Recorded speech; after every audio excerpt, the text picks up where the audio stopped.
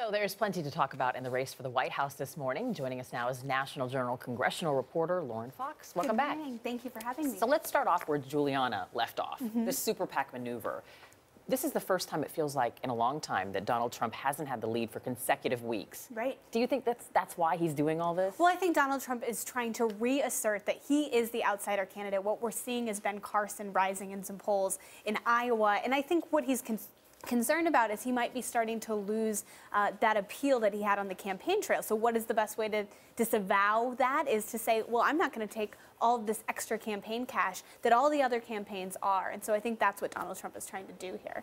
You mentioned Ben Carson, who is now the front runner in Iowa, but at the same time, he's actually stepping off the campaign trail for a book tour, which seems like a pretty unconventional move at this point. Well, it certainly is. I think this sort of reveals a little bit about what's so different about the Republican side than the Democratic side. As the Democratic side is starting to rally around Hillary Clinton and starting to see her as sort of the inevitable possible nominee. On the Republican side, the candidates are still working their way through this. And, you know, when you have someone like Ben Carson stepping off the campaign trail, it raises questions whether or not he really wants the job of being in the White House. You know, a lot of people are saying that the difference between these two candidates are, do you care about social issues or do you care about the economy? Do you find that that is what is polarizing voters when it comes to the two of them? Well, I think that what we're starting to see is that the Republicans are just so hungry for an outsider candidate. And why we're seeing that is, you know, first they asked voters, we need the House of Representatives. They got it. Then they said, we need the Senate to do what we need to do. They got it. But now they're saying, well, we don't have the White House. So now voters are really going to be careful before they give the Republicans the White House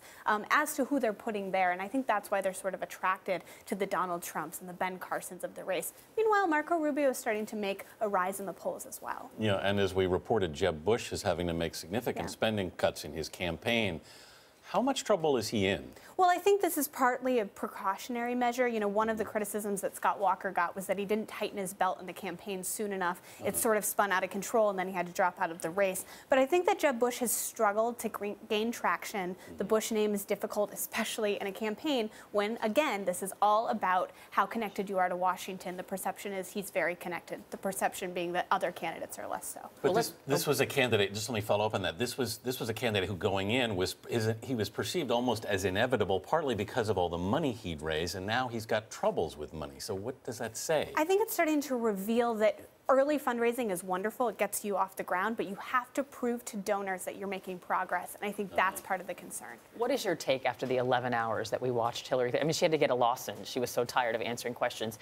52% of registered voters, though, say they believe Clinton had been honest about how she handled. They said no, rather. They don't believe she had been honest. What's your takeaway from after that? How does it affect her? Well, I think Hillary Clinton showed that she was very measured. She was very calm throughout the hearing. You know, she had one kind of moment of levity around 7:15, a question from Congresswoman Martha Robbie. But I think that what we saw is that she came off pretty much unscathed. After the hearing, members of the media were asking Republicans, what did you learn from this hearing? A lot of them were saying, well, we didn't learn a lot, but this was important to bring her in. I think that's very revealing, right? That maybe Republicans didn't learn a lot. This was sort of a grilling exercise that may backfire a little bit. Is she through the woods on this issue now, do you think? I think that for Republican-based voters, they are always going to have a suspicion about Benghazi and the emails. I think for the public at large, they're probably going to give her a second look as they're trying to make up their minds in this election. All right, Lauren Fox, thanks so much for being with us this morning.